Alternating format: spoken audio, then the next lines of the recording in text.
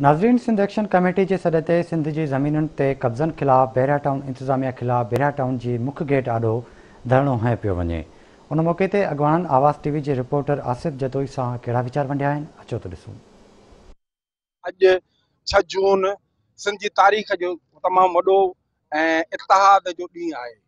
अॼु सिंधी सॼी दुनिया में, अॼु तव्हां ॾिसो त अमेरिका में, कैनेडा में, बर्तानिया में अॼु 6 जून ते इन बहिरिया टाउन ख़िलाफ़ु एहतिजाज आहे। अॼु सिंध जे कुंड कुर्च में बहिरिया टाउन ख़िलाफ़ु एहतिजाज आहे। अॼु सिंध जे कराची खां कश्मीर ताईं कारूंझर खां वठी हिते पंहिंजा सिंधी पहुचनि था ऐं इहो हिते इहो चवणु चाहिनि था त सिंध असांजी माउ आहे, असां हुनजे इंच इंच जी हिफ़ाज़त कंदासीं।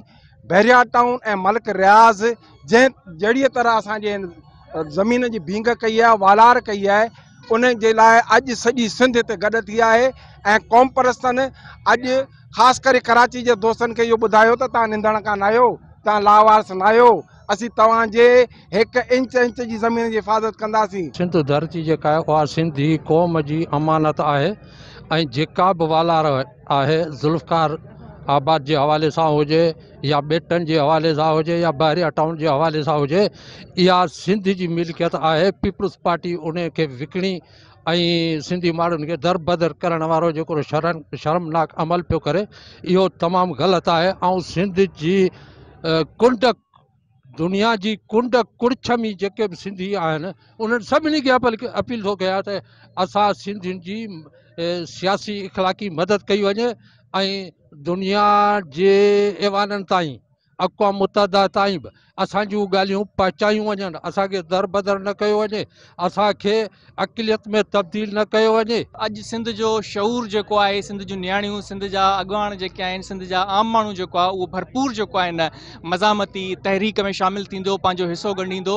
ऐं असां उमेद था कयूं त हीउ जेको अॼु पैगाम आहे, जेको असां पैगाम ॾियणु चाहियूं था बहिरिया टाउन जे इंतिज़ामिया ख़िलाफ़ु ऐं सिंध हुकूमत ख़िलाफ़ु जेके हुननि जा परदे जे पोयां साथारी आहिनि, त हीअ सिंध जो माण्हू अॼु यकजा थियो आहे, अॼु मुतहिद थियो आहे। महिरबानी करे हीअ जेके बि कब्ज़े जूं ज़मीनियूं आहिनि, पोइ बहिरिया टाउन जे नाले में हुजनि, DH जे नाले में हुजनि, कमांडर सिटी जे नाले में हुजनि, ASF सिटी जे नाले में हुजनि, जेके बि सिंध जे माण्हुनि जी मिल्कियतूं आहिनि उन्हनि खे फौरी तौर ते ख़ाली करे सिंध हुकूमत जे, सिंध जे माण्हुनि जे हवाले कयो वञे। ही गैर कानूनी प्रोजेक्ट आहे जेका ही असां सिंधी माण्हुनि सां ॾाढ करे असांजी वहदत ते वार आहे ऐं ही धारी आबादकारी बि इन में कई वञे थी।